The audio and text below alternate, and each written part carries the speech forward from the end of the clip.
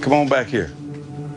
In here, we have a lot of things that go all the way back to high school, college, as well as throughout my NFL career. This back here, one of my high school helmets. Let's see here. Gator jersey, Aloha Bowl, 87. Yes, I did keep some of my Arizona Cardinals stuff, so all my Cardinal fans and people who don't like the Cardinals forget you. At the end of the day, I had to play the game of football. In these boxes over here, I have my touchdown footballs. The day that I broke the record, October 27th, this game here against the Seattle Seahawks, right here. This uniform, helmet, jersey, pants, shoes, is in this box. Memories, memories, memories. They don't ever fade away. You gonna be a football player when you grow up? Today is the best day of your life. Believe me. Give me 18 years of daylight. That's all. Greatest leader I've ever known. What a ride it's been. There's only one NFL rushing champion, and there's only one Emmitt Smith. So the first question we're asking everybody is, who's the greatest running back of all time? In your opinion, who's the greatest running back? Who's the greatest running back? The greatest running back. Who would you rank as the greatest running back? Who's the greatest running back of all time?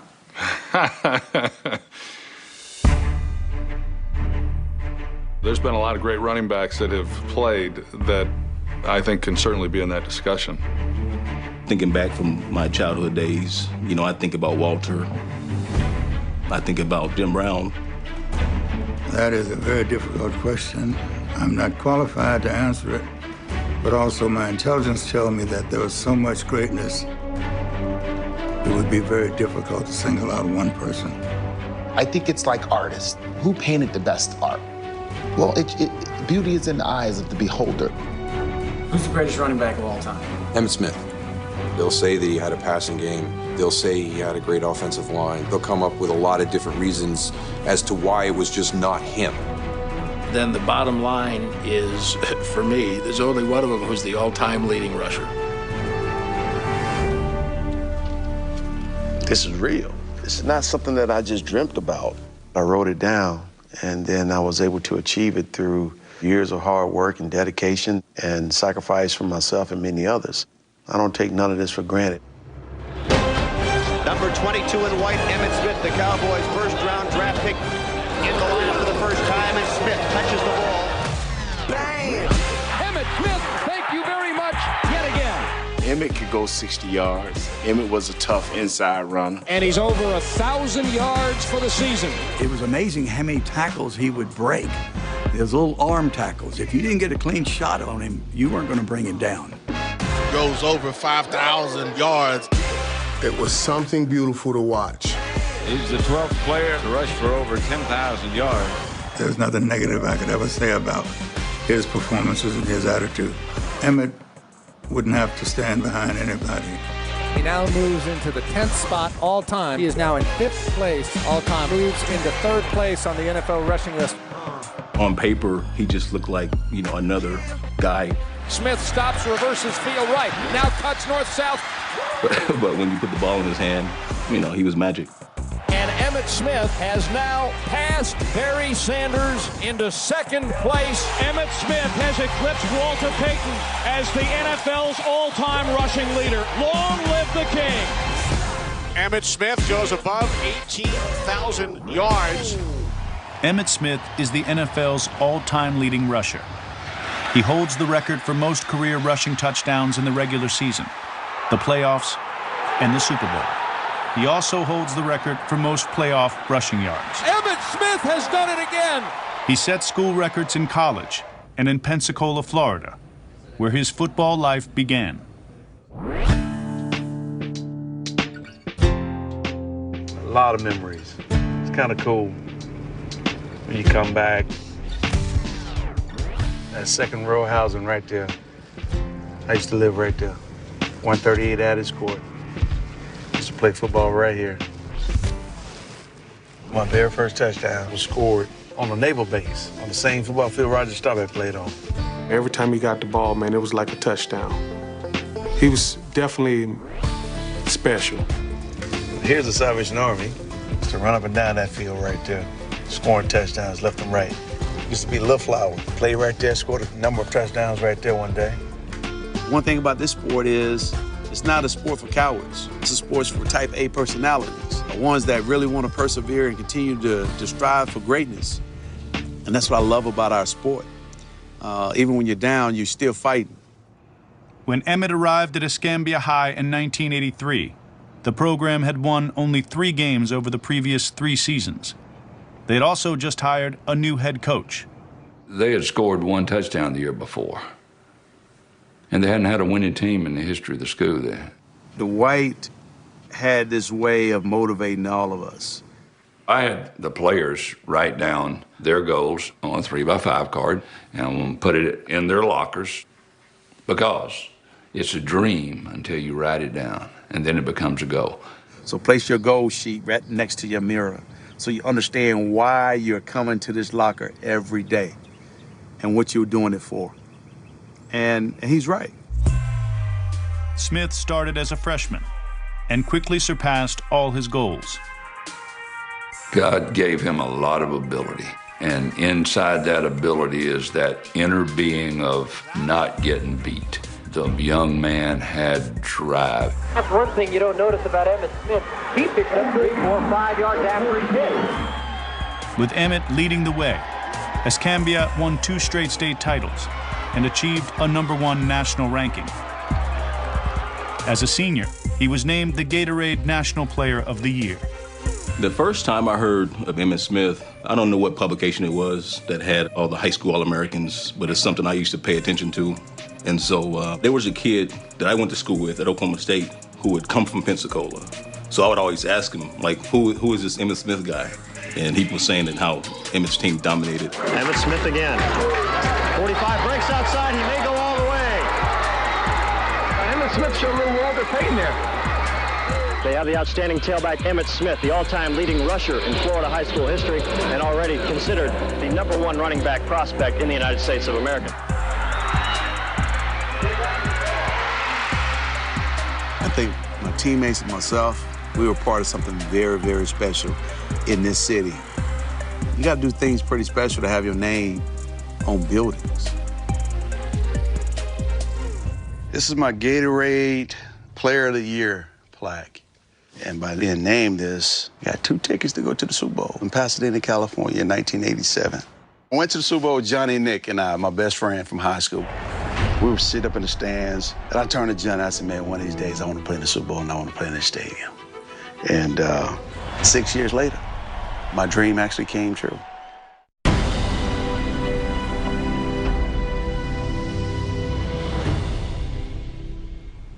I was recruited by every college you can possibly imagine. But Florida, I've always been a Gator fan for some reason. In 1987, the University of Florida was recovering from 3 years of severe NCAA penalties. The addition of Emmitt Smith attracted other recruits to the school. You recruited Emmitt's class by, hey, we're getting Emmitt. Emmitt brought those players there. Despite not starting until week 3, it took Emmitt 7 games to crack the 1,000-yard barrier, the quickest in Division I history. And welcome to the Emmitt Smith era of Florida football. Smith appeared in 3 straight bowl games, then left Florida as a junior and as the school's all-time leading rusher. We had some talent, and I think that recruiting class itself is the foundation in which the 90s teams was built off of. After establishing the program at Escambia High and resurrecting the program in Gainesville, Emmitt headed to a different city to help revive another team. Man, Dallas has changed so much in the 26 years I've been here. Yes, I do consider myself a Texan. I've basically became a man in this city. I fell in love with downtown when I was driving in from Florida my rookie year, moving out here. Never ever really growing up, living in a big city, and finally in one. This place is awesome. I love it here. Before Emmitt's arrival, Dallas had 3 future Pro Bowlers on the offensive line, along with future Hall of Famers Michael Irvin and Troy Aikman. But they won just 1 game in 1989. Well, in 1990, we got into the draft, and we were mainly looking at a defensive player. Well, they tried to draft James Francis. That's the guy they had targeted, linebacker from Baylor. Cincinnati took him and broke their hearts. So we were sitting there at 21. I said, well, I'm going to probably have to take a running back. If that's the case, then I'm going to move up and get the best running back, Emmitt Smith. So I moved up 4 spots, and, of course, the rest is history. I don't think Emmitt really regrets much, but I think if he could go back and change the outfit that he wore at his opening press conference, I think he would do that. People could talk about all they want. Polka dots was in. Polka dots was in at that time. And then saying, when I end my career, I want to be the NFL's all-time leading rusher. So right away you knew, this guy's serious. That's a big goal to put out there. And to say it in that outfit is even more impressive. He just got drafted. We're about to play dominoes. And I grab a piece of paper. And he was kind of embarrassed. You know, he's like, oh, no, don't use that paper. And I looked down, and the piece of paper had 3 things written on it: lead rusher, team MVP, and Pro Bowl. This is a young man that had not even stepped on a field, hadn't even stepped into a practice yet. Emmitt's rookie season started out of style, too. The offense wasn't tailored to fit him. In the first 10 weeks, he didn't carry the ball much, and Dallas won just 3 games. And so I went off. Give me the ball more. I can't do nothing with 11 carries. You didn't draft me to have the ball in my hand 11 times. You brought me here to run the football, so allow me to run the football. Jimmy said, okay, we got to get him the ball. And he got me the football. Now it's Emmitt Smith time. His workload almost doubled in the final 6 games. Dallas won 4 of them, while Emmitt earned Pro Bowl and Rookie of the Year honors. Never beat Green. There's the 20, the 15, the 10, the 5. Touchdown, Emmitt Smith. He made Darryl Green miss. Did you ever doubt you were going to make it as a great running back in the pros? I'm not great, so I haven't made it yet. All right. What do you have to do to be great? I got to do a lot more than what I'm doing. For one, I got to help lead the Cowboys to a Super Bowl. Not only that, we got to win it. Another, I got to rack up a bunch of stats. What are good stats? Stats at the top, where where Walter Payton and Dorsett and those guys are. I got to be up there with those guys before I would consider be great. The one thing Jimmy said, I never forget it. He came up to me and said, we're gonna bring a guy in here that know how to get you the football. Then how long came Norv Turner? Then we started rolling. We were just an average offensive lineman. But 2 things propelled us. Is the offensive coordinator, Norv Turner, and understanding who we were, and him understanding what type of runner Emmitt was. We ran like 5 or 6 plays. Emmitt mastered them, we mastered them versus any defense, and that's what we did. And lead draw became our play, with Darryl Johnston leading up on the linebacker. That pop that you heard was Darryl Johnston again, working on the linebacker. Lead draw, bing, went right back to high school. Power O, bing, went right back to high school. Everything was just like perfect. Emmitt became the centerpiece of the offense in 1991.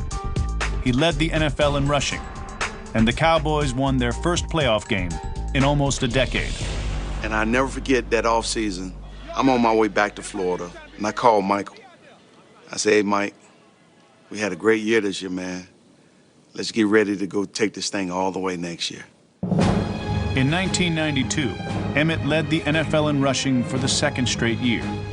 He powered Dallas to the Super Bowl, fulfilling the goal he set in the stands of the Rose Bowl as a high schooler. That's big, man. Off the right out there. Oh, yeah. A lot of damn people, huh? Hey, they come to see you, though. It was a surreal moment.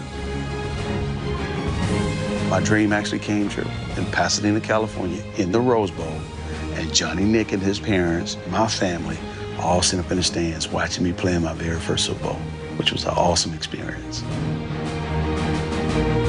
Draw to Smith, coming left, cuts to the 5, turning at the 1, touchdown Emmitt Smith! The year before Emmitt arrived, the Cowboys had one win. 3 years later, they were Super Bowl champions. What a ride it's been, from the absolute worst to the absolute best. Emmitt coming in was the final piece to the puzzle. Hey, first NFL rushing title to win the Super Bowl. There's a first time for everything. I told him. Not only did he go, the first one to win. No better man deserves it. No better man. And catch 22. And you still ain't caught him yet. The Super Bowl celebration was short-lived. Emmitt was on his couch when the next season began. I was so mad at the fact that I was sitting at home and not joining my teammates.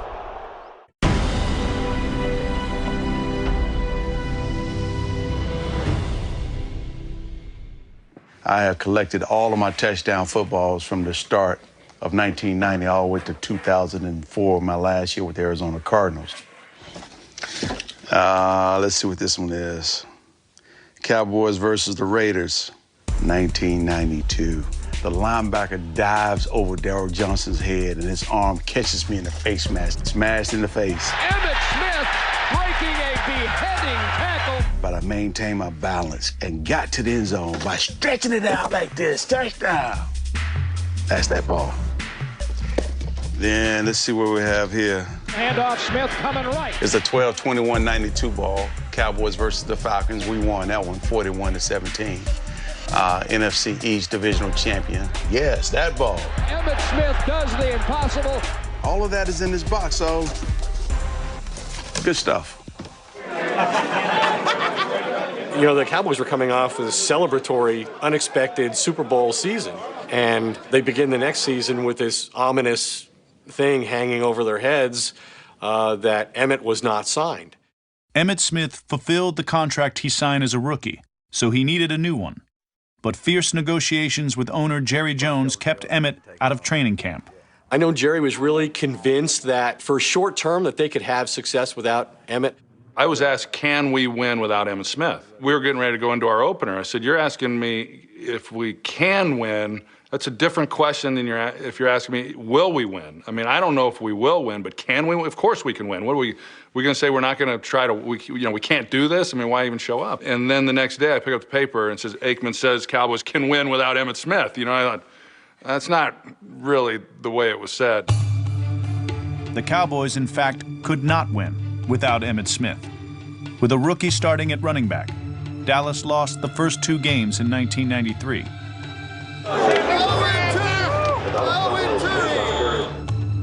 I think at that point it became apparent to Jerry that he had taken this thing as far as he could, and before midnight he got the deal done to bring Emmitt back.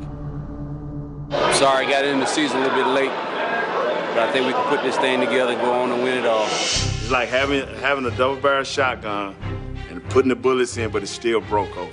But once you click it, all you got to do is pull the trigger. That's what Mr. Jones did. He clicked it, and all he did was pull the trigger when Emmitt got there. Bam! No team in NFL history has ever started 0-2 and go on to win the Super Bowl. 62-yard touchdown, Emmitt Smith. We went on a run, a nice run. Hey! Goal for number 2, baby! The best chance at a second straight Super Bowl came down to the last game of the season, on the frozen turf of the Meadowlands. Emmitt, hot tub tonight, Emmitt! You're gonna get hammered all day, Emmitt! We're playing against the Giants to win not only the division, but we also get a bye in the playoffs. Second quarter, get a trap play on the inside right, bust up on the outside, and running down the field for a large gain and get tackled. I felt my shoulder just pop up. Instant pain. Smith is down. Emmitt Smith is down at the Giants' 30. It was pretty painful. And so come off the field and We have this conversation about my shoulder and how important this game is. They walked me into the locker room right before the half. I'm classified with a grade 2 separation and left the decision in my hand. Bad news for the Cowboy fans. I don't see Emmitt Smith out on the field. Knowing that I missed the first 2 games, and this game was such an important game for us in terms of securing home field advantage, I knew what I had to do. Here comes Emmitt Smith. Out again. Emmitt fought the pain and shouldered the Super Bowl run with one good arm. Not only is he in there, but he's the go-to guy. Emmitt's hurting, you can tell that, but he's still very effective. Never have I had that type of pain. We tried to get him out of the huddle several times. It was kind of striking a balance of, okay, we know what the stakes are in this game and how important it is to have you in the lineup, but if we win, how important it is for you to be there in 2 weeks, as we make a push. Because we've already seen that in the beginning of the season when you weren't in the lineup after starting 0-2. In overtime, Emmitt touched the ball on 9 of the Cowboys' 11 plays. He secured a 3rd straight rushing title and the playoff bye. 41 yards, good snap, the hold is up, the kick's on the way. Cowboys win! What a great game. We don't win that game against the Giants without Emmitt's performance. They'll never forget the day Emmitt Smith ran 32 times for 170 yards and caught 10 balls for 62 and did most of it with one arm. That's a signature game of his career. I think it kind of, in a lot of ways, really kind of summarizes what he is as a person and what he is as a player and why he went on to have the success that he had in the NFL. His performance helped him earn NFL MVP and spurred the Cowboys to a 2nd straight Super Bowl. Hey, that's it, baby. Last one again, baby. Last one. We did not play well in the first half of that game. They've had a lot of trouble controlling the Buffalo Bills, and they find themselves trailing 13-6 at the half. The Bills had really kind of shut down our running game in the first half. And as we're walking into the locker room, Jimmy's right at the door, letting everybody know, hey, listen, we know what they're doing. And I said, we're going to pound the ball. And I said, offensive line, you get ready. We're going to give it to Emmitt, and we're going to take it down the field. Aikman, handoff, Smith coming right behind Johnston. Our first series, we ran the ball 7 out of 8 plays. Power, slant. Power, slant. Power, slant. And man, it was on and popping. Does anybody else get to touch this thing for a while? Smith for 9, Smith for 3, Smith for 8, Smith for 7. To understand, he is still hurt. He's still recovering from that shoulder injury. It's just a work of art.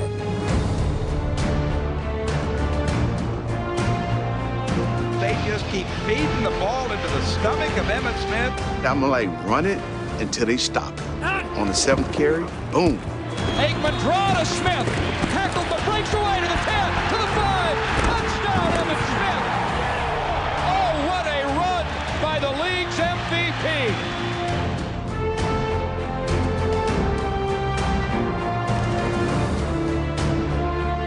Great drive by Emmitt Smith. You have a favorite run of his from his Cowboys years? I got 7. That drive. All momentum have shifted then, and it was over. Emmitt scored again to seal a 2nd straight world title. With 2 touchdowns and 132 rushing yards, he was named Super Bowl MVP. That was our finest hour during my tenure with the Dallas Cowboys. 2 in a row. How sweet it is. That really doesn't happen without Emmitt Smith's will to be there. Yes. I appreciate it, Coach. Help me out of this stuff. Come on over here. Despite missing 2 games, Emmitt achieved nearly all his goals for 1993, but a bigger goal still awaited.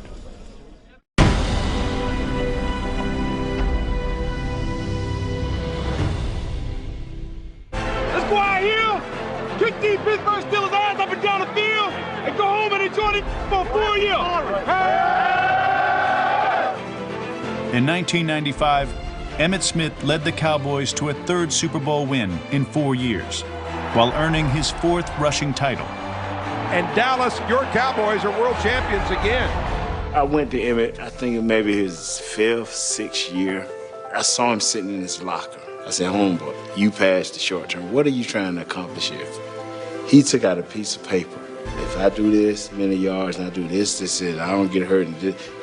And by a certain year, he had himself passing Walter Payton. The Cowboys' dynasty dwindled, but Emmitt continued inching closer to Walter Payton, the NFL's all-time leading rusher. Running backs don't outlast quarterbacks. They don't outlast wide receivers. And you got to remember, there's no Troy, there's no Michael Irvin, but Emmitt was still there, chalking up yards, trying to win ball games. Entering 2002, he was 540 yards shy of being crowned the rushing king. I knew that was one of his dreams and his goals that he had written down, but it wasn't until way down the road that I realized, okay, we are getting really close. And I remember working with the Cowboys and our family trying to figure out, okay, do we go to this game? Do we go to the next game? How about if all these people come in town and he doesn't break it? So one day I remember we were talking and he said, go ahead and invite everybody. Let's go.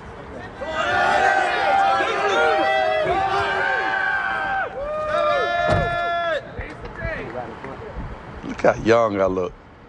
Game day, look good, feel good, play good.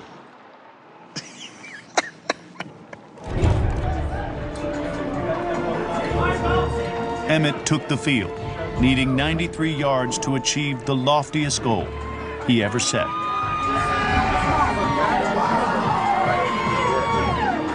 I asked my bosses to switch our schedule and go do the game in Dallas. You know, I think that this is the day he's going to break the record. Let's go! Let's go, baby! Play hard today. Play hard today. Have fun the damn day. Let's win on three, baby. Let's win on three. 1, 2, 3, win! I formation, standard set. And the first play is a handoff to Emmitt Smith, and he's going to get a couple. Baby. Not today. No.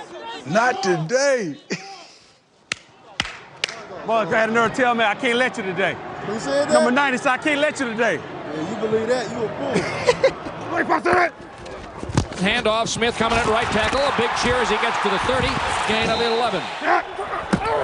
Smith coming right, a block from Thomas. Cuts to the 50, breaks a tackle. Right to the 45, breaks a tackle. 14 more for Emmitt Smith. I'm going to say congratulations before all the hoopla starts. It's a long way from Pensacola to here. We're a long way from 13 yards, too. I know. At the rate we go. A long way from that high school to here. That's true. It is. It is. He needs 10 yards. I formation, two receivers right. 2nd and 7 at the Dallas 30. Handoff, Smith at left guard, 35, 40-yard line, right on the mark. That should do it. The torch is passed. Long live the king. I could have kept my feet. Could have been a long run. Emmitt Smith has eclipsed Walter Payton as the NFL's all-time rushing leader.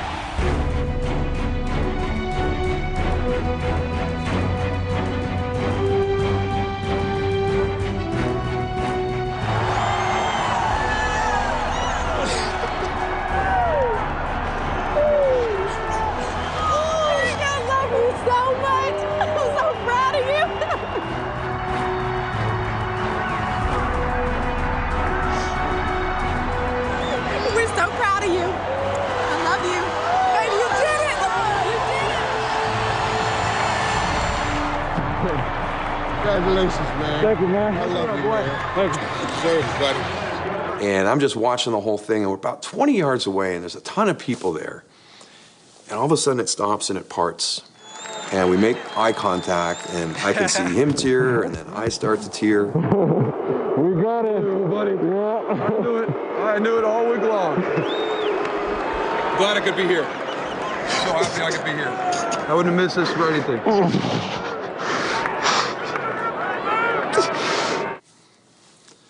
That one may be my favorite.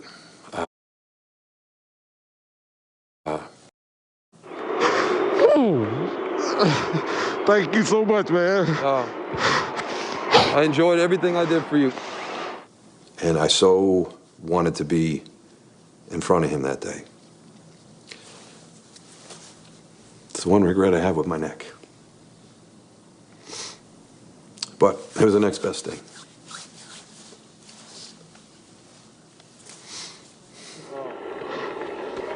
I enjoyed everything I did for you. You made it fun, buddy. Oh, man. Oh, thank you. You made it fun, buddy. Oh, thank you. That was for the both of us. I mean, two kids from two different parts of the country.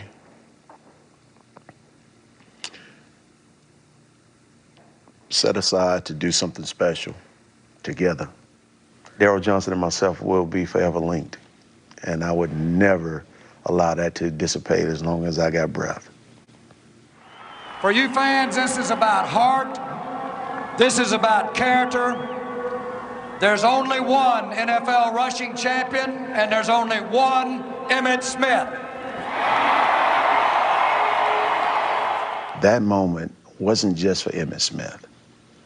That moment was for the village of people that have poured into me and helped shape me into the person that I have become, the football player that I once was, and hopefully the father that I am. Period.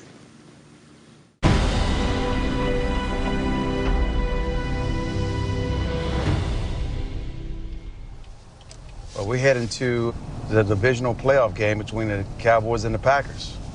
I do pull for the Cowboys, and I'm about as nervous watching them play as I am watching my own kids. I'm nervous. I'm nervous. Hey, sir, got your parking pass, Mr. Smith? Does he need a parking pass? I think everybody know him. I've always said when you talk about the Cowboy greats, there's no one greater than Roger Staubach. But if there were to ever be anyone that would rival Roger, it would be Emmitt Smith. Please welcome tonight's Ring of Honor member, Emmitt Smith. He's not only a Ring of Honor Hall of Fame player, he's a champion. He's royalty. He's team royalty.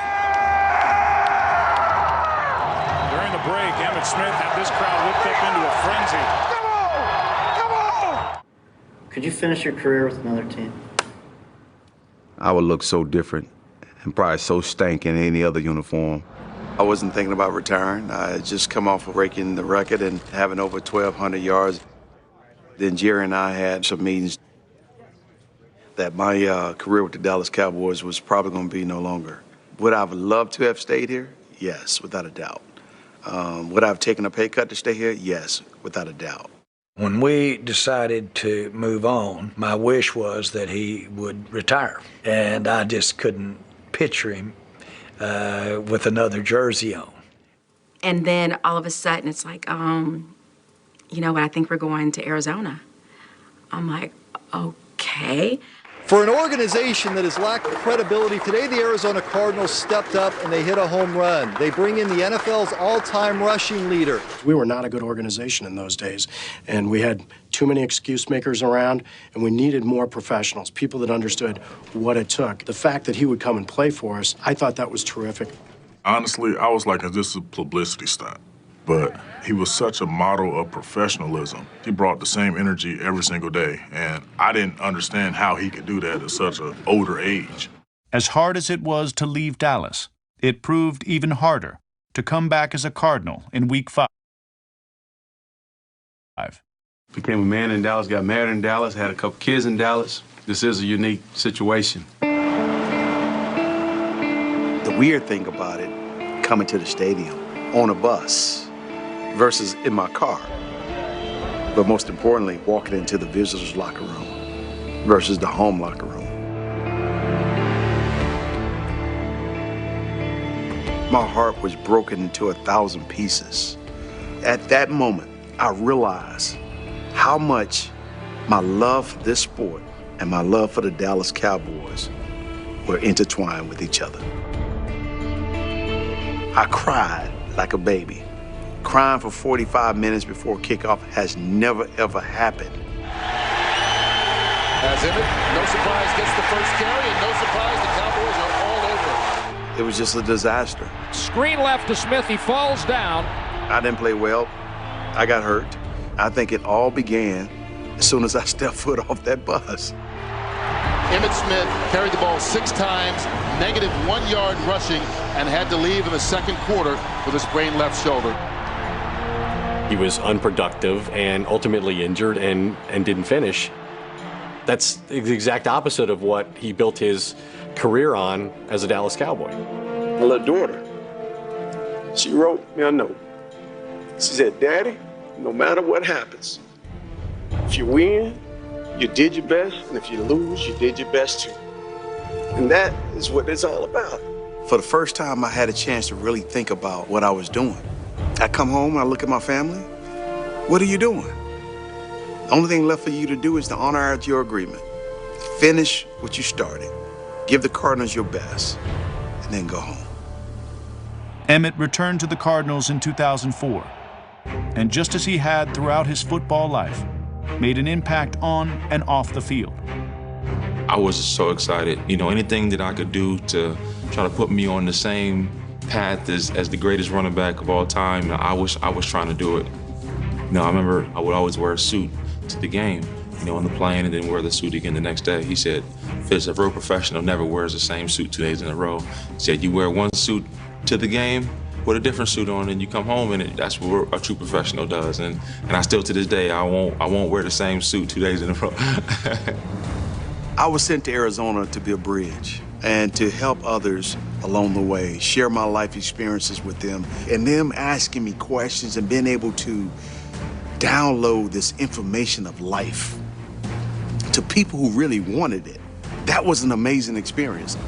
In his 15th NFL season, Emmitt rushed for 937 yards, the exact same number he ran for in his rookie year.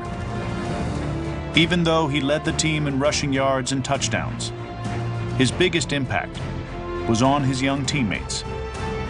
We needed a direction to go in, and Emmitt showed a lot of guys the professionalism that you had to have, and also the preparation and commitment to the game. It changed everything for us. He was a positive role model for a lot of people and was a great leader for that young football team, which later on would become a Super Bowl team. I knew some of the players that were there, and I was so excited for them, especially guys that were around me that asked those questions. And that part I feel very good about. His influence on our organization lasted for years and years after he was done playing with us. What's the funniest thing you've ever seen you do? Dancing with the Stars. I was used to him having this camaraderie with Daryl Johnson, cry about Daryl all day long. But another woman? Like, no.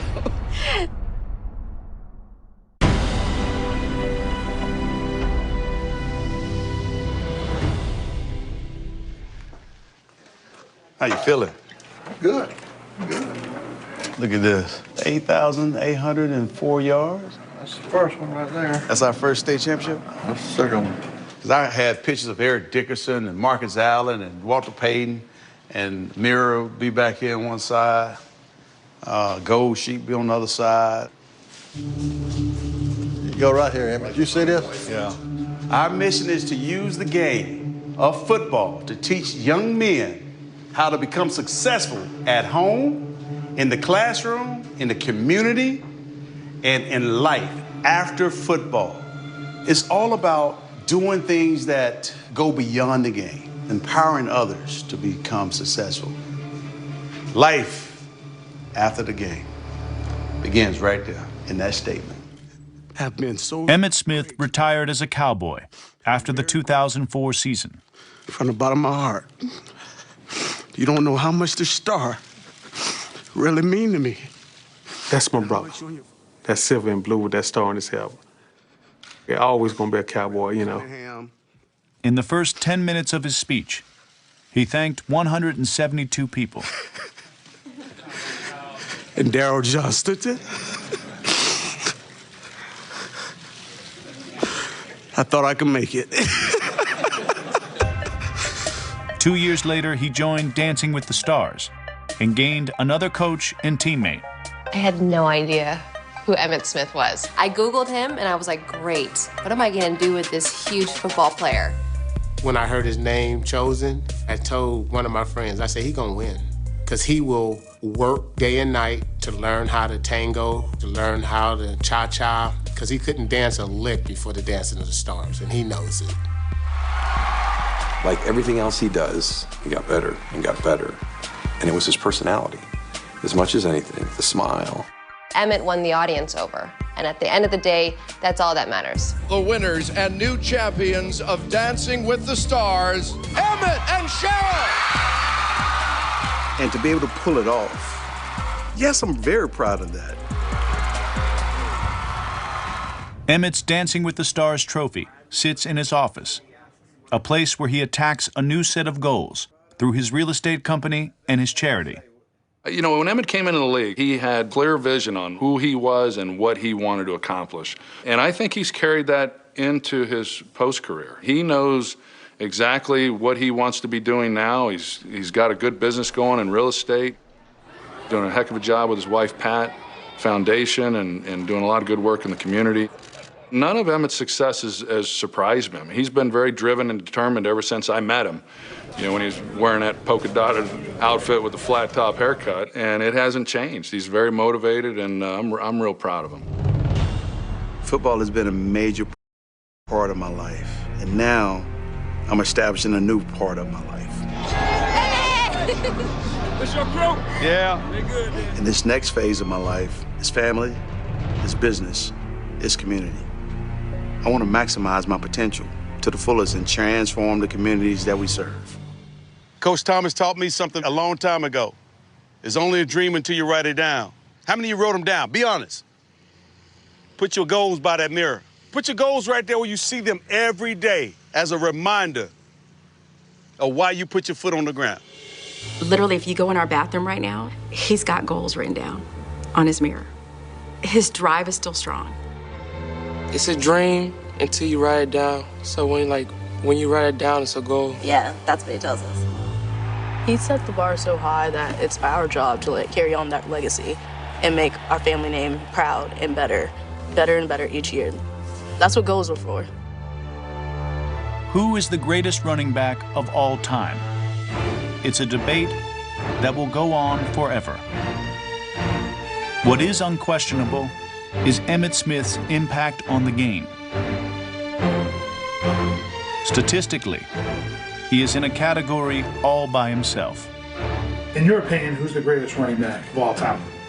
I don't even care. But I would love to say that everywhere I've gone, I've left some imprints. And I've left that position better than it was before I got there.